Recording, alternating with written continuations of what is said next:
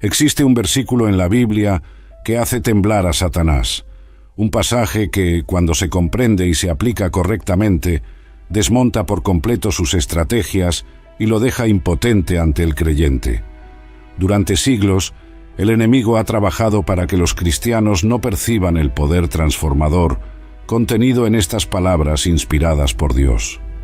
Para entender el versículo que Satanás tanto odia, primero debemos comprender esta guerra espiritual. No es como en las películas, con manifestaciones dramáticas constantes. La batalla más intensa ocurre en la mente, las emociones y la voluntad humana. Desde Edén, el adversario usa la misma estrategia: sembrar dudas sobre la palabra de Dios. ¿Recuerdas la primera pregunta de Satanás? En Génesis 3, versículo 1. ¿De veras Dios les dijo eso?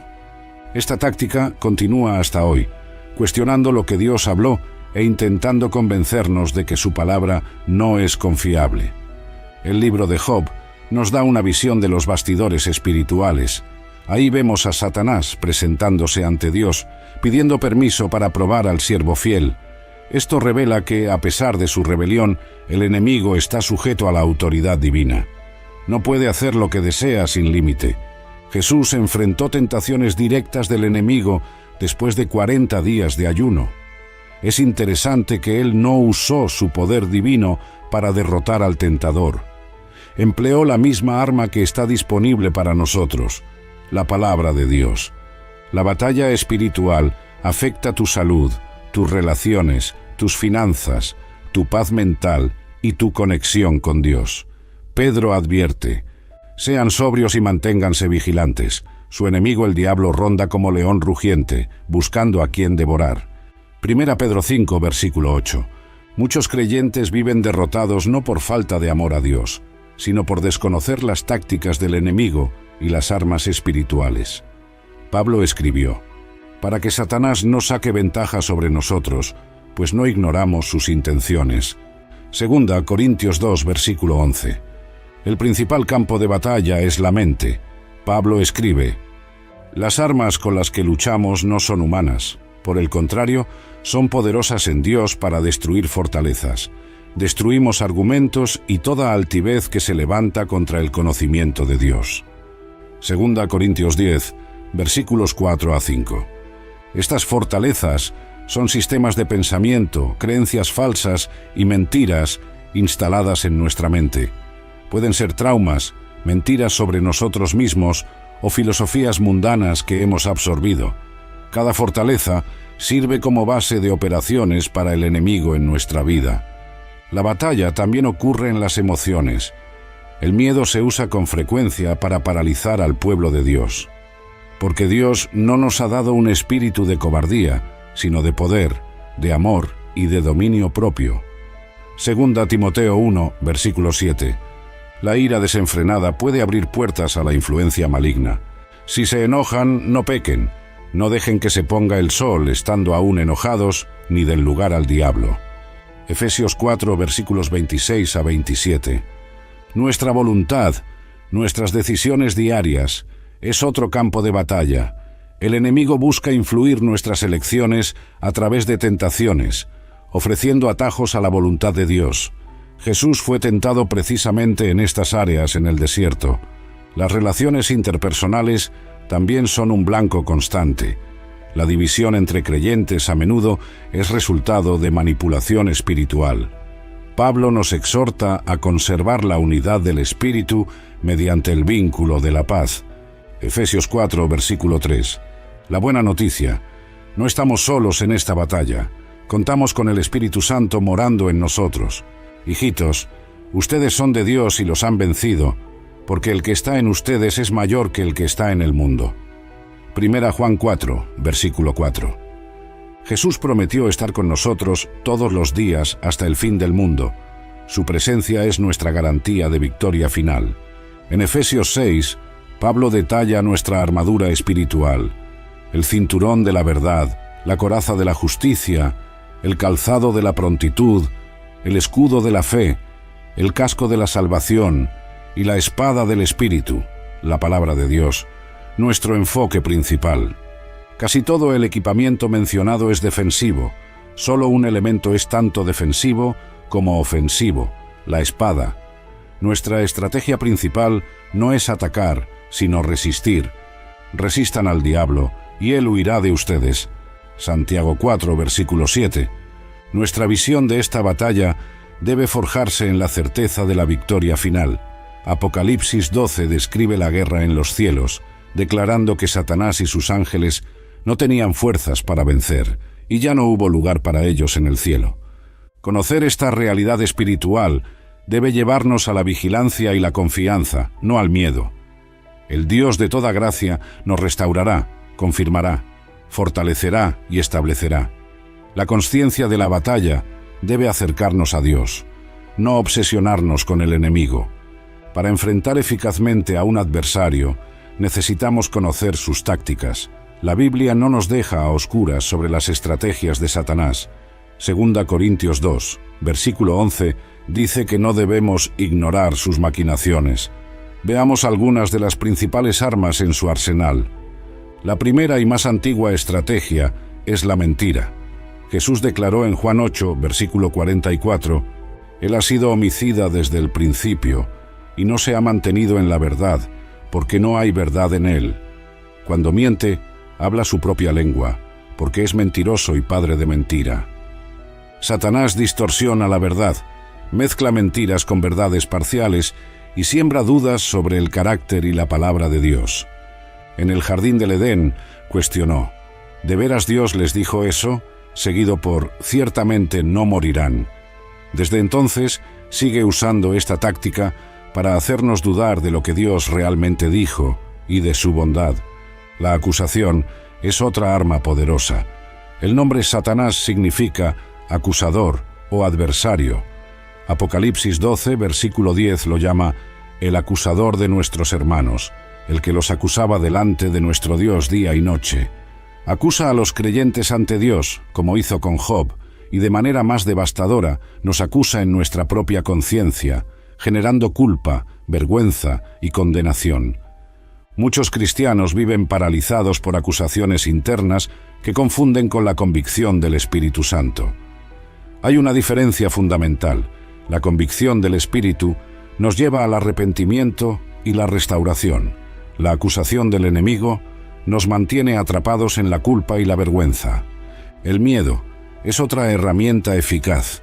2 Timoteo 1, versículo 7, declara que Dios no nos dio un espíritu de temor.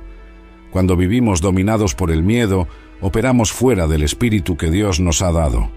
El miedo paraliza, impide la fe y nos mantiene en cautiverio espiritual. El desánimo y la falta de valor son tácticas sutiles pero efectivas.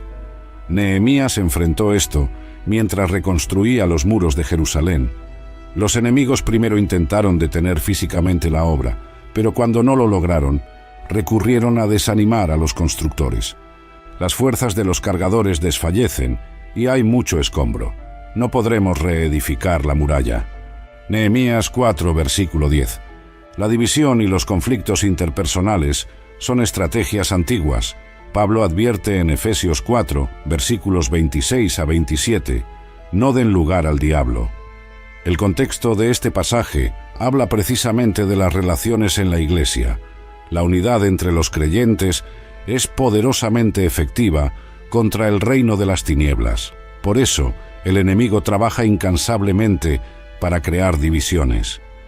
La distracción es una táctica más sutil. En Lucas 10, Marta estaba preocupada y turbada con muchas cosas, mientras María escogió la mejor parte. Satanás frecuentemente usa cosas buenas para distraernos de las mejores, manteniéndonos demasiado ocupados para orar, estudiar la palabra o cultivar la comunión con Dios. El orgullo fue el pecado original de Satanás. Isaías 14 y Ezequiel 28 describen su caída motivada por el orgullo. No sorprende que use la misma tentación contra nosotros. El orgullo nos hace autosuficientes, independientes de Dios y vulnerables a caer, como advierte Proverbios 16, versículo 18. El orgullo precede a la destrucción, el espíritu altivo a la caída. La tentación dirigida es una táctica personalizada. El enemigo observa nuestras vulnerabilidades y adapta sus tentaciones a nuestros puntos débiles específicos. Lo que me tienta a mí puede no afectarte a ti, y viceversa. Conoce nuestras inclinaciones y debilidades mediante una observación paciente. La desesperación y la falta de esperanza son armas terribles. Cuando Elías huyó de Jezabel, cayó en un profundo desánimo, deseando incluso la muerte. 1 Reyes 19. El enemigo quiere convencernos de que nuestra situación es irremediable, de que Dios nos abandonó, de que no hay salida. La religiosidad vacía también forma parte de su arsenal. Jesús confrontó a los fariseos acusándolos de anular la palabra de Dios con sus tradiciones. Marcos 7. El enemigo con frecuencia sustituye la relación genuina con Dios por rituales vacíos y un legalismo estéril. La Biblia advierte sobre falsos maestros y falsos enseñanzas, otra estrategia de Satanás. 2 Pedro 2, versículo 1 alerta: hubo falsos profetas entre el pueblo, así como habrá falsos maestros entre ustedes. Doctrinas distorsionadas y herejías se usan para desviar a los creyentes de la verdad. La presión social y la persecución se han usado a lo largo de la historia. Desde Daniel enfrentando la prohibición de orar, hasta los cristianos primitivos sufriendo martirio, el enemigo utiliza la presión externa para intentar silenciar la fe. Quizá su estrategia más eficaz sea la sutileza.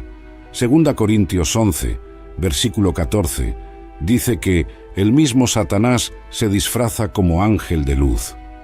Rara vez se presenta de manera obviamente maligna, disfraza sus tácticas como aparentemente buenas, razonables o incluso espirituales. Ante todo este arsenal, Dios nos ha dado armas eficaces. En particular, hay un versículo que cuando se comprende y se aplica, desmantela por completo estas estrategias del enemigo. El versículo que Satanás más odia cuando lo conoces y lo utilizas. Veámoslo ahora. El versículo que hace temblar a Satanás. Llegamos ahora al corazón de nuestra revelación. El versículo que hace temblar a Satanás. En Efesios 6, versículo 17, Pablo revela: tomen el casco de la salvación y la espada del Espíritu, que es la palabra de Dios. No es solo otra pieza de la armadura espiritual, es el único arma ofensiva mencionada en el arsenal del cristiano. Mientras las demás piezas protegen, la espada del Espíritu permite contraatacar. El término griego usado aquí para palabra es rema, no únicamente la palabra escrita, logos, sino la palabra viva, hablada, específica para un momento y situación. Cuando Jesús fue tentado en el desierto, usó esta misma arma. Ante cada tentación respondió: está escrito, citando la escritura aplicable a esa situación.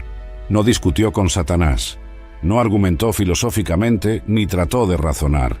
Simplemente empuñó la espada del Espíritu. La analogía de la espada no es casual. En tiempos de Pablo, la espada romana, gladius, era un arma de corto alcance, usada en combate cuerpo a cuerpo. Esto nos enseña que la batalla espiritual a menudo sucede de cerca, en las situaciones cotidianas, en nuestros pensamientos íntimos, en nuestras emociones personales. La palabra de Dios es eficaz precisamente en este campo de batalla. Hebreos 4, versículo 12, amplía esta revelación. Porque la palabra de Dios es viva y eficaz, más cortante que cualquier espada de dos filos. Penetra hasta lo más profundo del alma y del espíritu, de las coyunturas y los tuétanos, y juzga los pensamientos y las intenciones del corazón. Esta descripción refuerza el poder penetrante de la palabra, alcanza lo más íntimo del ser, distinguiendo lo que es alma, emociones, mente, voluntad, de lo que es espíritu. Cuando declaramos la palabra de Dios con fe, ocurre algo sobrenatural. Isaías 55, versículo 11 afirma: así es mi palabra que sale de mi boca. No volverá a mí vacía, sino que hará lo que yo deseo y cumplirá con el propósito para el cual la envié. La palabra pronunciada realiza el propósito divino. Por eso Satanás odia tanto cuando conoces, entiendes y declaras Efesios 6, versículo 17. sabe que no tiene defensa contra la palabra viva de Dios aplicada correctamente. Este versículo expone el único arma contra la cual no tiene protección ni respuesta efectiva. La espada del Espíritu no actúa como amuleto o conjuro. No es la mera repetición de palabras lo que produce resultado, sino la fe activa en la verdad que ellas contienen. Cuando declaramos la palabra comprendiendo su significado y aplicación, el Espíritu Santo la energiza en nuestra boca. Jesús enseñó este principio en Juan 6, versículo 63. Las palabras que yo les he hablado son espíritu y son vida.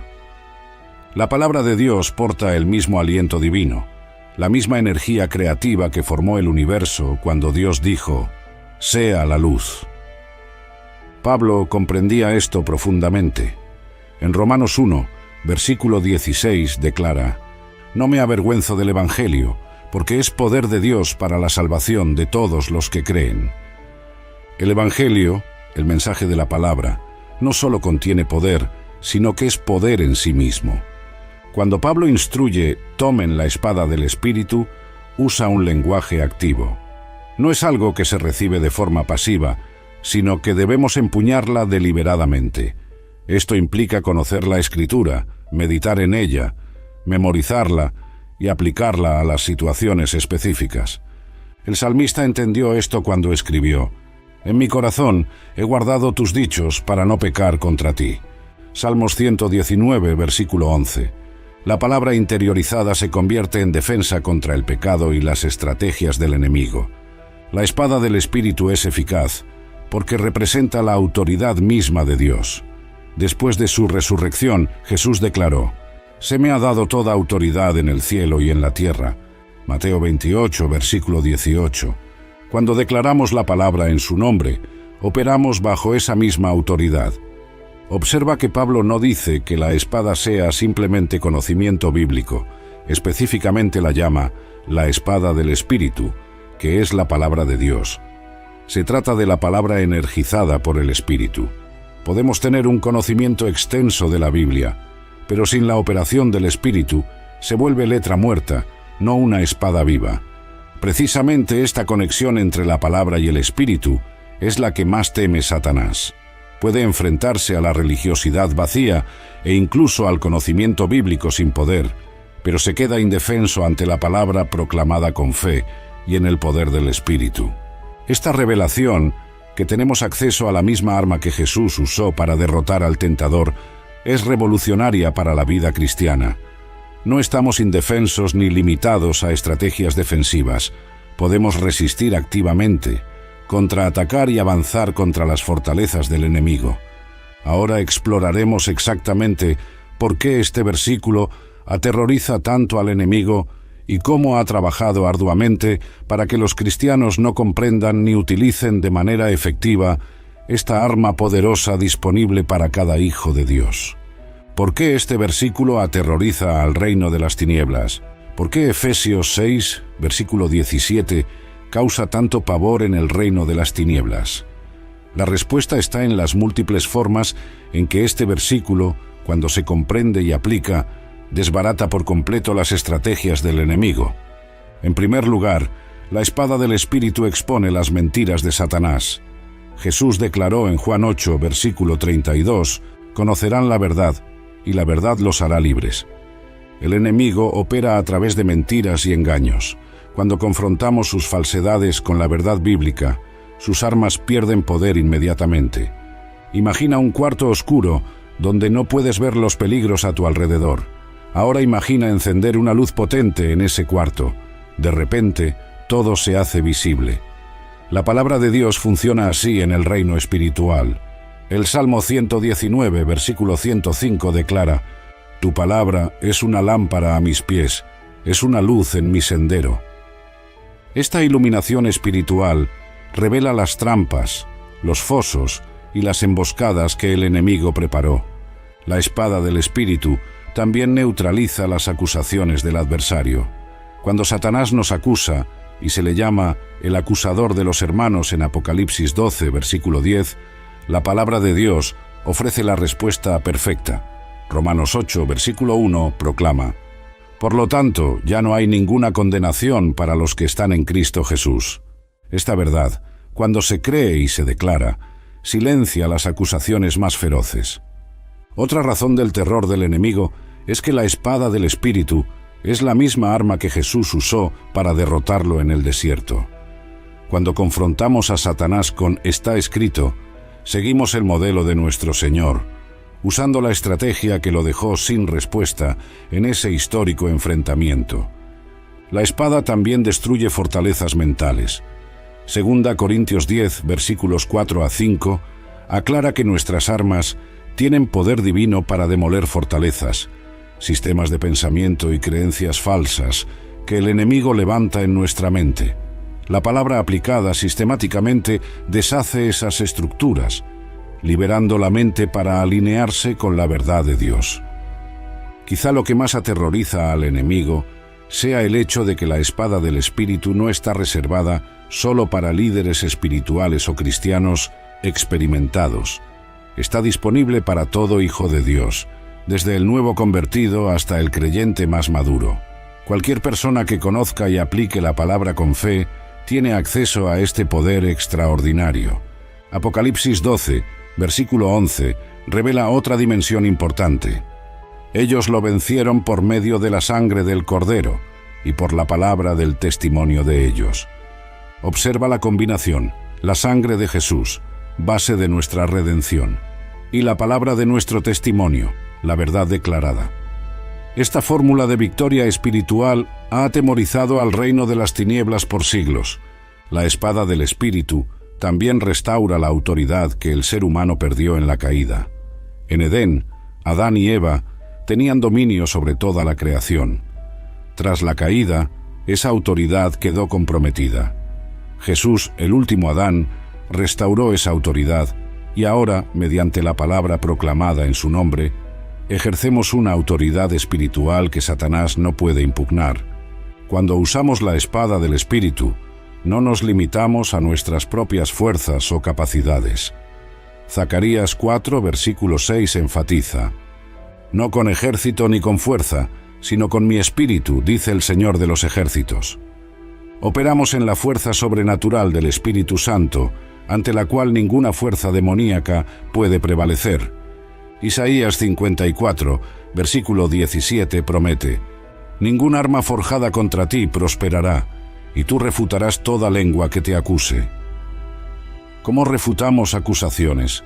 Con la verdad de la palabra, la espada del Espíritu, que desenmascara las mentiras y declara nuestra posición en Cristo.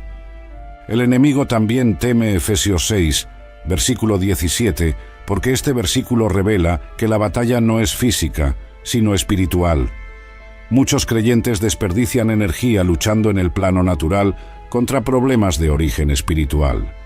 La espada del Espíritu nos dirige al campo de batalla real. Otro motivo de terror para Satanás es que la espada del Espíritu estremece su reino de manera única. En Mateo 4, Jesús no se limitó a resistir las tentaciones personales, estableció un precedente de cómo derrotar al enemigo, precedente que todos los creyentes pueden seguir. Cada vez que un cristiano empuña eficazmente la espada del Espíritu, el reino de las tinieblas sufre otra derrota. La espada también nos vincula directamente a la autoridad de Cristo. Lucas 10, versículo 19 registra las palabras de Jesús: «Miren, les he dado autoridad para pisotear serpientes y escorpiones y sobre todo el poder del enemigo. Nada les hará daño». Esa autoridad se ejerce principalmente mediante la palabra declarada con fe. Satanás tiembla cuando los cristianos descubren que la palabra no es solo un libro de reglas o un manual de instrucciones, sino un arma viva, una extensión de la propia autoridad de Dios. Cuando comprendemos que al declarar «está escrito», invocamos la misma autoridad ante la cual Satanás tuvo que retroceder en el desierto, entendemos por qué él se esfuerza tanto para mantenernos ignorantes de este poder. Hebreos 4, versículo 12 describe la palabra de Dios como «más cortante que cualquier espada de dos filos». Esta descripción no es casual. Una espada de dos filos corta en ambas direcciones, en el avance y en la retirada. De igual modo, la espada del Espíritu mencionada en Efesios 6, versículo 17, funciona tanto de forma defensiva como ofensiva en la batalla espiritual. La dimensión defensiva y ofensiva de la espada. Defensivamente, la palabra de Dios es nuestro escudo frente a los ataques del enemigo.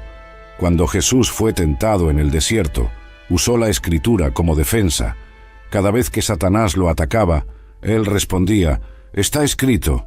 Mateo 4. Jesús no argumentó, no teorizó ni filosofó, simplemente aplicó la verdad específica de las Escrituras a esa situación.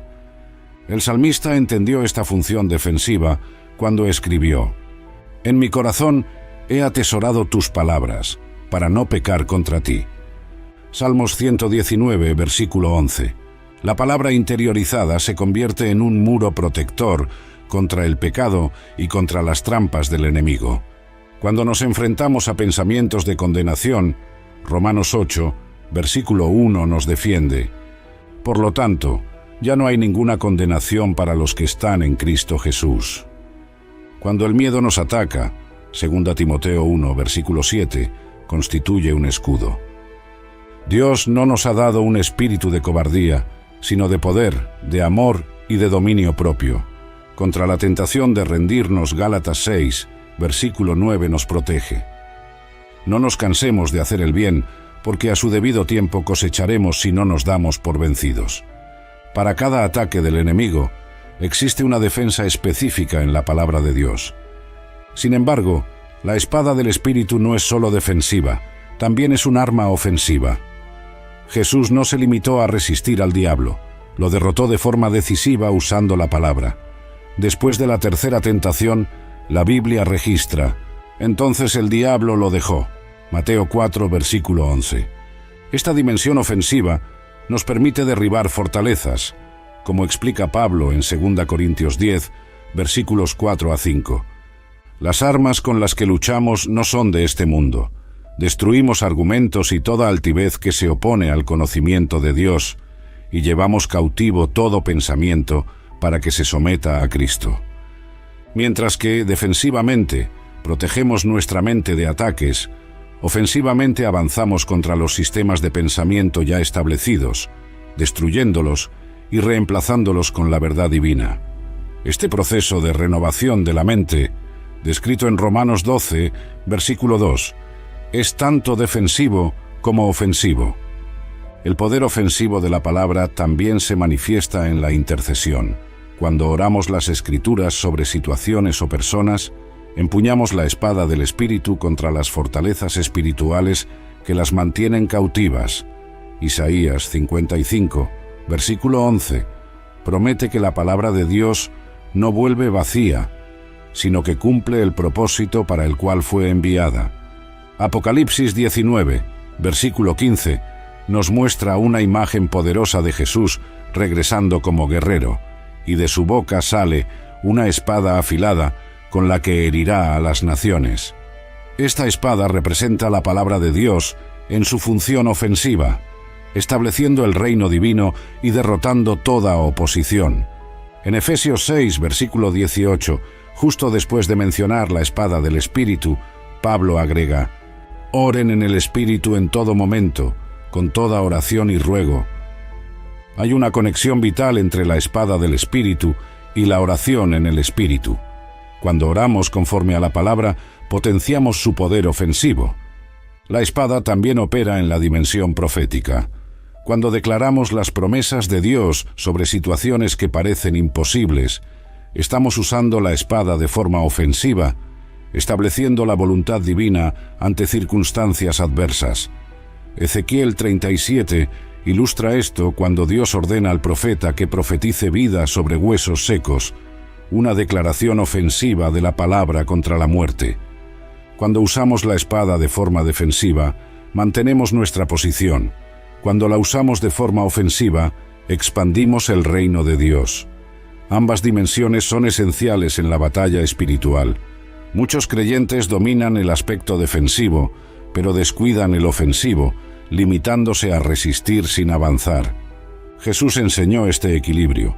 En Mateo 16, versículo 18 declaró: «Edificaré mi iglesia, y las puertas del Hades no prevalecerán contra ella». Las puertas son estructuras defensivas.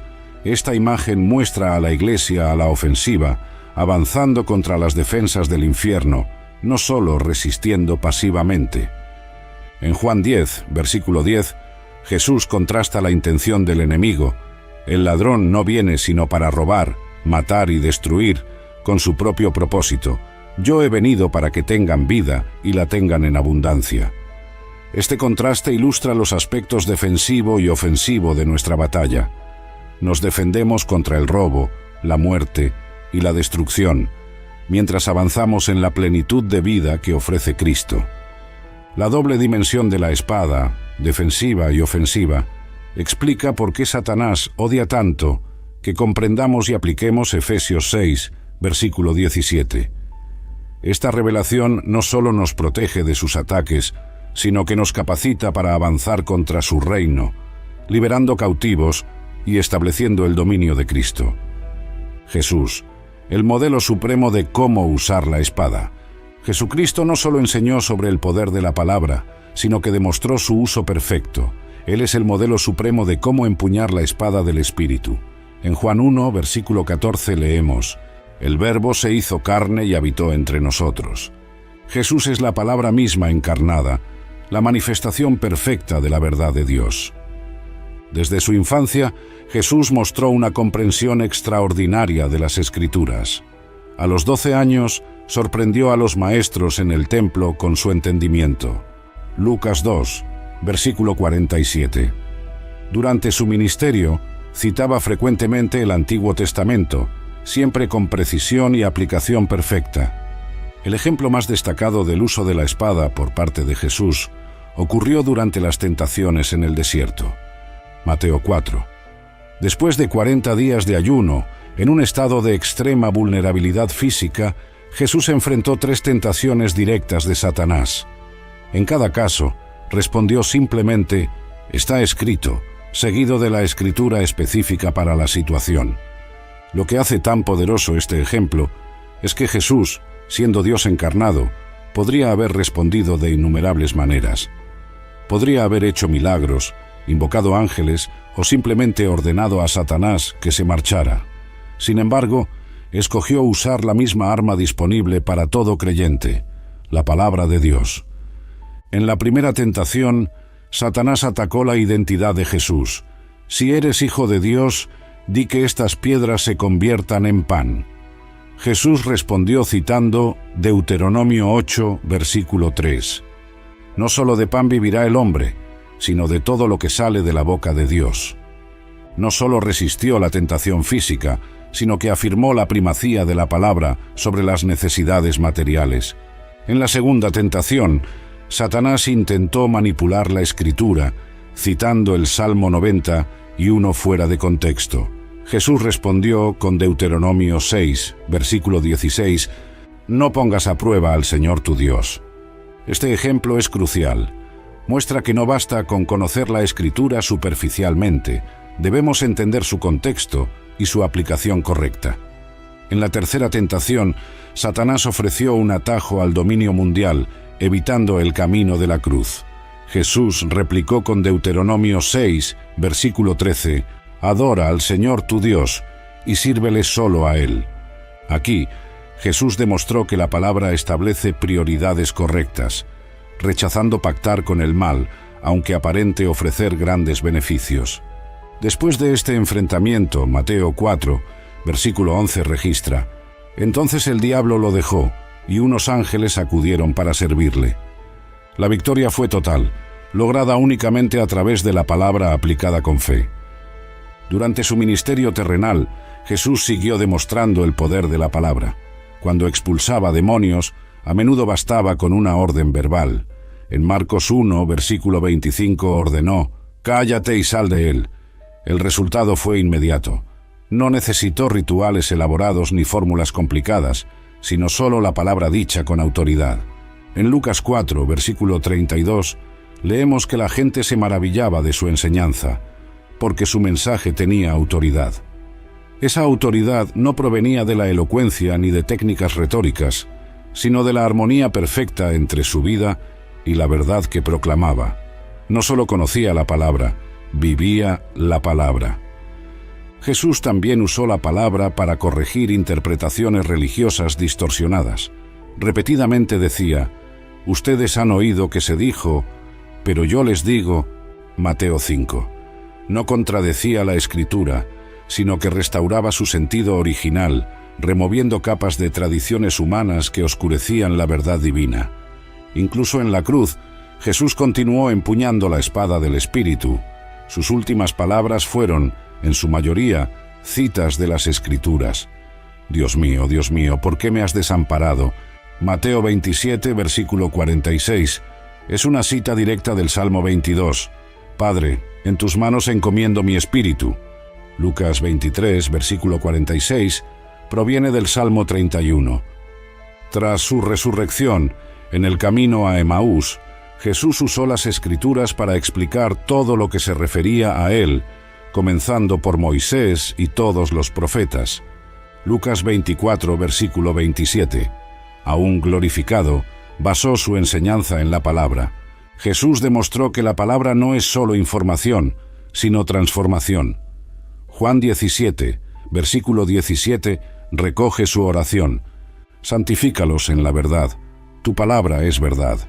La palabra, aplicada por el Espíritu, produce santificación, una transformación progresiva a la imagen de Cristo.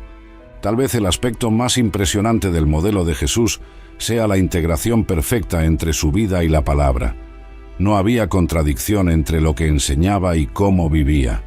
Él encarnaba de manera perfecta la verdad que proclamaba, siendo la palabra viva en forma humana. Ejemplos bíblicos de la eficacia de la espada. Las Escrituras abundan en ejemplos de hombres y mujeres que lograron victorias extraordinarias aplicando el principio de la espada del Espíritu. Estos ejemplos prueban que el poder de la palabra no se limitaba a Jesús, sino que está disponible para todos los que la usan con fe. David, siendo aún joven pastor, enfrentó al gigante Goliat con una confianza sorprendente. ¿Qué le dio esa seguridad? En 1 Samuel 17, versículo 45, declara: «Tú vienes contra mí con espada, lanza y jabalina, pero yo vengo contra ti en el nombre del Señor de los ejércitos, el Dios de los escuadrones de Israel, a quien tú has desafiado». David no confiaba en armas convencionales, sino en la palabra del Señor que prometía protección y victoria al pueblo del pacto. Años antes, Josué lideró a Israel en la conquista de Jericó con una estrategia aparentemente absurda desde el punto de vista militar: marchar alrededor de la ciudad y tocar trompetas. Esa victoria extraordinaria vino de la obediencia a la palabra específica que Dios le dio. Josué 6, versículo 2 registra: «El Señor dijo a Josué: Mira, he entregado en tu mano a Jericó, a su rey y a sus valientes guerreros». Josué actuó basándose en esa palabra, no en las circunstancias visibles. Daniel y sus amigos, cautivos en Babilonia, rehusaron contaminarse con la comida del rey porque la palabra de Dios prohibía ciertos alimentos. En Daniel 1, versículo 8 leemos: «Daniel se propuso en su corazón no contaminarse con la porción de la comida del rey ni con el vino que él bebía». Esa decisión basada en la palabra resultó en sabiduría, revelación e influencia extraordinarias en la corte babilónica. Cuando Nehemías dirigió la reconstrucción de los muros de Jerusalén, enfrentó una oposición feroz. Su respuesta en Nehemías 6, versículo 9, fue ejemplar: «Entonces oré: Ahora, oh Dios, fortalece mis manos». Él combinó la oración con la acción basada en las promesas divinas, logrando terminar la obra en solo 52 días. Esther arriesgó su propia vida para salvar a su pueblo, inspirada por el principio bíblico de la responsabilidad colectiva. Cuando su primo Mardoqueo la desafió con las palabras: «¿Quién sabe si no has llegado al reino precisamente para un momento como este?». Esther 4, versículo 14. Ella respondió con fe y valentía, basadas en la providencia divina revelada en las Escrituras. En el Nuevo Testamento, Esteban enfrentó un tribunal hostil con una exposición magistral de la Escritura. trazando la historia de la redención desde Abraham hasta Cristo. Hechos 7. Incluso cuando lo apedreaban, sus últimas palabras hicieron eco de las de Jesús en la cruz. Perdona a sus verdugos, fundamentado en el ejemplo y la enseñanza del Señor. Pablo y Silas, encarcelados injustamente en Filipos, alrededor de la medianoche, oraban y cantaban himnos a Dios. Hechos 16, versículo 25. Esos himnos incluían con toda probabilidad salmos, la palabra de Dios en forma de cántico. Esta declaración de la palabra resultó en una liberación sobrenatural y en la conversión del carcelero y su familia. La iglesia primitiva, enfrentando persecución en Jerusalén, oró citando el Salmo 2. Hechos 4, versículos 25 a 26. El resultado fue extraordinario. Después de haber orado, el lugar donde estaban reunidos tembló. Todos fueron llenos del Espíritu Santo y proclamaban la palabra de Dios con valor. Hechos 4, versículo 31. Juan, exiliado en Patmos, perseveró a través de tribulaciones apoyándose en la palabra. El Apocalipsis inicia con esta declaración: Dichoso el que lee, y dichosos los que escuchan las palabras de esta profecía y hacen caso de lo que en ella está escrito. Apocalipsis 1, versículo 3. Incluso en un aislamiento extremo, la palabra sustentó su esperanza y visión. Santiago en su epístola exhorta a los creyentes a ser hacedores de la palabra y no solamente oidores. Santiago 1, versículo 25, ilustrando cómo la aplicación práctica de la palabra produce transformación y victoria en las circunstancias cotidianas. Pedro, enfrentando el reto de permanecer fiel en medio de una creciente persecución, anima a los creyentes con estas palabras: Ustedes han nacido de nuevo, no de una simiente perecedera, sino de una imperecedera, por la palabra de Dios que vive y permanece. Primera Pedro 1, versículo 23. La permanencia de la palabra garantiza la permanencia de nuestra fe. Incluso en generaciones posteriores a la era bíblica, vemos este patrón continuar. Policarpo, discípulo del apóstol Juan, enfrentó el martirio declarando su confianza en las promesas de las Escrituras. Agustín de Hipona encontró transformación a través de Romanos 13, versículo 14. Martín Lutero redescubrió el Evangelio de la Gracia en Romanos 1, versículo 17. Estos ejemplos ilustran un principio crucial. La espada del Espíritu no se reserva para supercristianos o líderes espirituales. Está al alcance de todo creyente que, como estos héroes de la fe, decide aplicarla en su vida diaria y en circunstancias concretas. ¿Cómo empuñar la espada del Espíritu en la vida diaria? Conocer el poder de la espada del Espíritu es solo el primer paso. La verdadera transformación sucede cuando aplicamos este conocimiento en la vida cotidiana. ¿Cómo podemos empuñar eficazmente esta arma poderosa? Primero, entendamos que la espada no funciona automáticamente. Pablo dijo que debemos tomar la espada del Espíritu. Efesios 6, versículo 17. Un lenguaje activo que implica decisión y esfuerzo deliberado. La Biblia en la estantería no protege a nadie. Necesitamos internalizar y aplicar sus verdades. El proceso comienza con la lectura regular y constante. Josué 1, versículo 8 instruye: Nunca se apartará de tu boca este libro de la ley. Medita en él de día y de noche, para que cuides de hacer todo lo que en él está escrito. Así prosperarás y tendrás éxito. Observa la secuencia: lectura, meditación, obediencia, éxito. La meditación bíblica difiere fundamentalmente de la meditación oriental. No implica vaciar la mente, sino llenarla con la palabra, reflexionando profundamente en su significado y aplicación. El Salmo 1 describe al justo como aquel que en la ley del Señor se deleita y día y noche medita en ella. La memorización es otra disciplina crucial. El salmista declaró: En mi corazón he atesorado tus palabras, para no pecar contra ti. Salmos 119, versículo 11. Cuando la palabra está almacenada en nuestro corazón, el Espíritu Santo puede traerla a nuestra mente en el momento exacto de necesidad, como sucedió con Jesús en el desierto. Para memorizar con eficacia, Empieza con versículos que sean relevantes para tus luchas personales. Si batallas contra el miedo, memoriza 2 Timoteo 1, versículo 7. Si luchas con pensamientos impuros, memoriza Filipenses 4, versículo 8. Si tu desafío es la preocupación, memoriza Filipenses 4, versículos 6 a 7. Declara la palabra en voz alta. Hay un poder especial en la proclamación audible de las Escrituras. Romanos 10, versículo 17 afirma: Así que la fe es por el oír, y el oír por la palabra de Cristo. Oír la palabra, incluso pronunciada por nosotros mismos, fortalece la fe. Jesús demostró este principio en el desierto. No solo pensó en las Escrituras, las declaró directamente a Satanás. Esta práctica, frecuentemente llamada confesión, homología en griego que significa decir lo mismo que Dios, alinea nuestras palabras con la verdad divina. Aplica la palabra de manera específica. Cuando Jesús fue tentado, no citó versículos aleatorios, sino aquellos precisamente aplicables a la situación. Esto requiere un conocimiento amplio de la Escritura y sensibilidad al Espíritu Santo para discernir qué espada blandir en cada circunstancia. Una estrategia práctica es identificar mentiras específicas que crees y reemplazarlas con la verdad correspondiente. Si piensas, Dios está decepcionado conmigo, contraataca con Romanos 8, versículo 1. Si crees, no puedo resistir esta tentación, empuña 1 Corintios 10, versículo 13. Ora la palabra.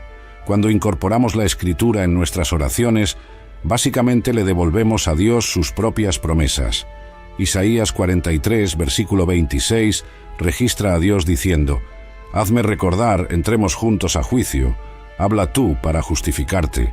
Orar la palabra es argumentar basándonos en las promesas divinas.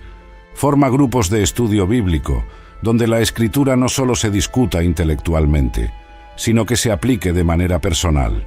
Proverbios 27, versículo 17 dice: Como el hierro se afila con el hierro, así un hombre afila a otro.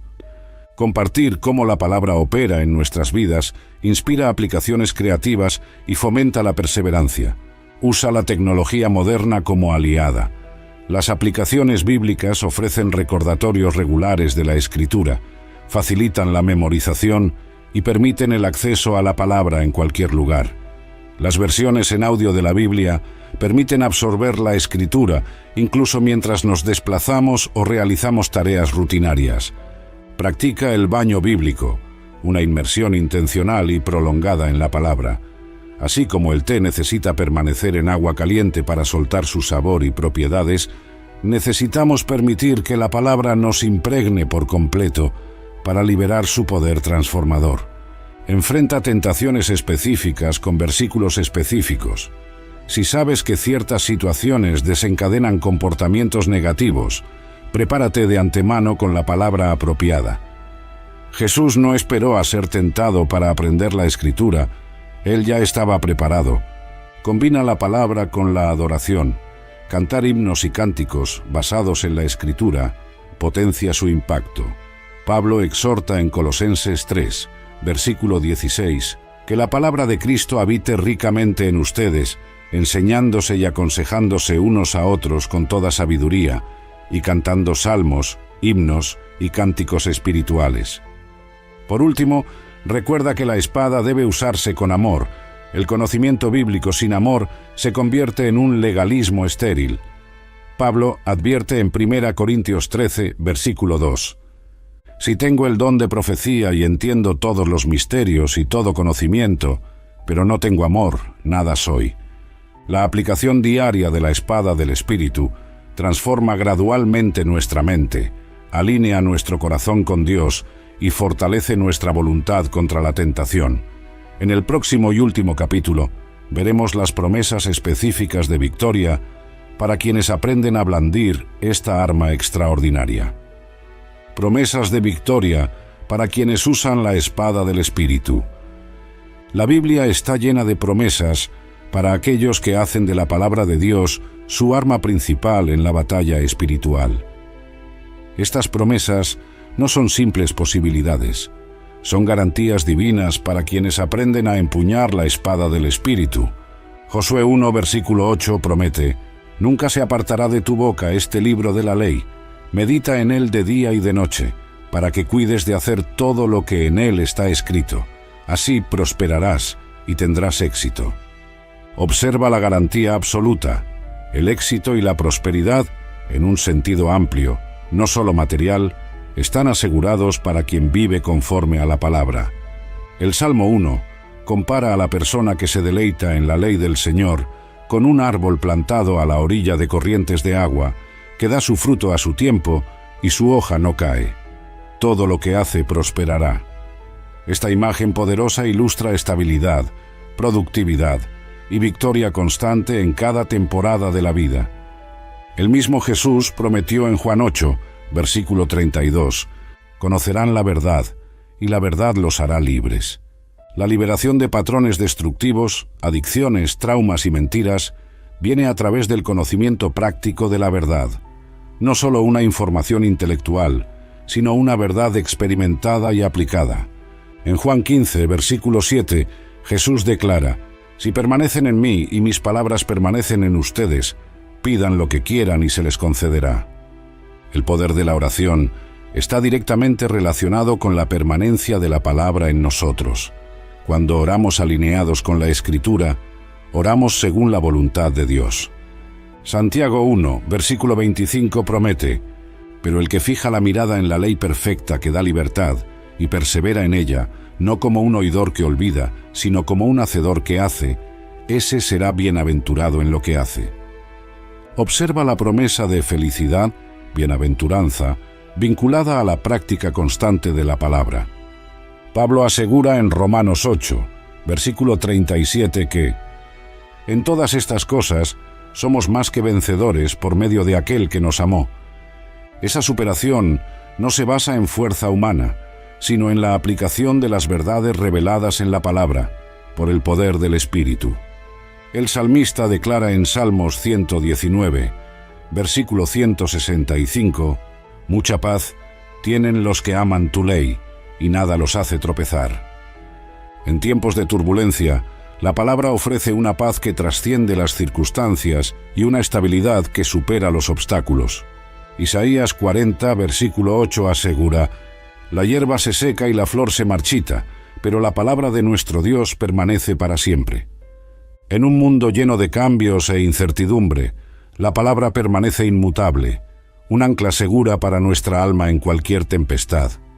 Jesús prometió en Mateo 7, versículos 24 a 25, que quien oye sus palabras y las pone en práctica es como un hombre prudente que edificó su casa sobre la roca.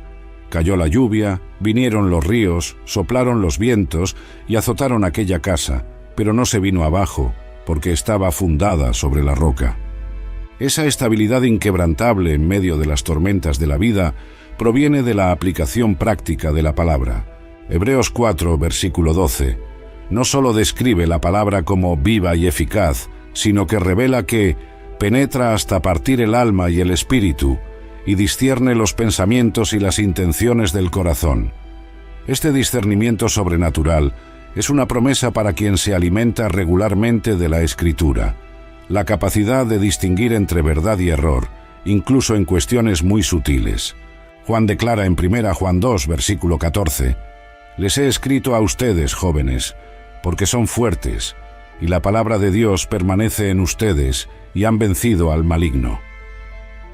Observa la conexión directa. La fuerza espiritual y la victoria sobre el enemigo provienen de la permanencia de la palabra en nosotros. Esta victoria no significa ausencia de luchas ni garantía de una vida libre de problemas. Sin embargo, significa que en cada batalla contamos con el arma definitiva, la que usó el mismo Jesús, la que Satanás más teme, la que penetra más allá de las apariencias y establece la verdad de Dios. La promesa final y más gloriosa se encuentra en 2 Corintios 3, versículo 18. «Y todos nosotros, a quienes nos ha sido quitado el velo, podemos ver y reflejar la gloria del Señor. El Señor, quien es el Espíritu, nos hace más y más parecidos a Él a medida que somos transformados a su gloria. A medida que contemplamos la palabra, somos transformados poco a poco a la semejanza de Cristo, la victoria suprema en la vida cristiana. Cuando comprendes y aplicas el poder de la espada del Espíritu mencionada en Efesios 6, versículo 17, accedes al mismo poder que Jesús usó en el desierto, que los apóstoles utilizaron para transformar el mundo y que a lo largo de los siglos los santos han empleado para vencer batallas aparentemente imposibles.